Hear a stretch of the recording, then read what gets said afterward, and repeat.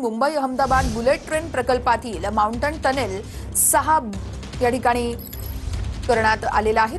6 through करण्यात आलेला आहे। तर व्हिडिओ कॉन्फरन्सिंगद्वारे केंद्रीय रेल्वे मंत्री अश्विनी वैष्णव यांची यावेळेस उपस्थिती होती। Mumbai Ahmedabad high speed railway corridor 508 kilometre असणार आहे। पश्चिम भारत, महाराष्ट्र आणि गुजरात राज्यात या दरम्यान जलद कनेक्टिव्हिटी त्यामुळे आता या ठिकाणी निर्माण होणार आहे। या संदर्भात निखिल चव्हाण आमचे प्रतिनिधी आपल्याला या संदर्भातले अपडेट्स देत आहेत। निखिल,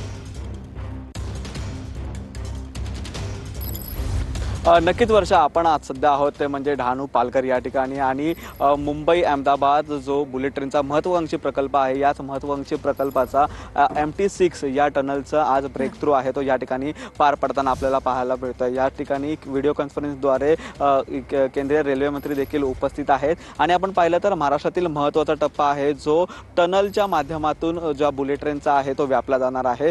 जवळपास 6 टनल आहेत ते महाराष्ट्रामध्ये आहेत आणि या 6 टनलचं काम आहे ते प्रगतीपथावरती आहे। सर्वात जास्त कठीण काम होतं ते म्हणजे या MT6 या टनलचं आणि याच ठिकाणी जे आता ब्रेक थ्रू आहे ते पार पडत आहे। हा मार्ग मोकळा झाला तर त्याच्यानंतर बुलेट ट्रेनची जी कामं आहेत त्याला प्रगतीपथावरती आणि जी कामं लवकरात लवकर होण्यासाठी आहेत तो वेग मिळणार आहे। त्यामुळे हे महत्त्वाचा आज प्रकल्प आणि महत्त्वाचा जो ब्रेक थ्रू आहे तो या ठिकाणी पार पडतोय आणि याच ठिकाणी हा ब्रेक थ्रू पार पडल्यानंतर जवळपास 508 किलोमीटरचा जो या ठिकाणी सर्व जो मार्गिका आहे त्याच्यामधील सर्वात जास्त जे भोगद्याचं काम आहे ते महाराष्ट्रामध्ये आहे आणि ह्याच टनलचं काम आहे ते आता पूर्ण होताना आज MT6 या भोगद्याचा ब्रेक थ्रू आहे तो या ठिकाणी होताना आपल्याला पाहायला मिळतोय। निश्चितच त्यामुळे आता या कामांना गती मिळणार आहे।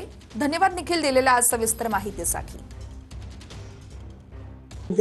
कमी होते आणि त्यामुळे काहीतरी मराठी हिंदी भाषिक वाद करायचा आणि मीरा भाईंदर मधील एखाद्या पक्षाला त्याचा फायदा होण्यासाठी हे एकीकरण समिती अशा माध्यमातून पुढाकार घेते, आंदोलन करते आणि सर्वसामान्य जनतेला वेठीस धरते। खरं तर हिंदू मुस्लिम वाद, मराठी हिंदी वाद हा मीरा भाईंदर मध्ये काही नवीन नाहीये, परंतु त्याचा राजकीय फायदा एका पक्षाला होण्याकरता ही मराठी एकीकरण समिती त्या ठिकाणी सातत्यानं काही ना काही आंदोलन करण्याची भूमिका करते।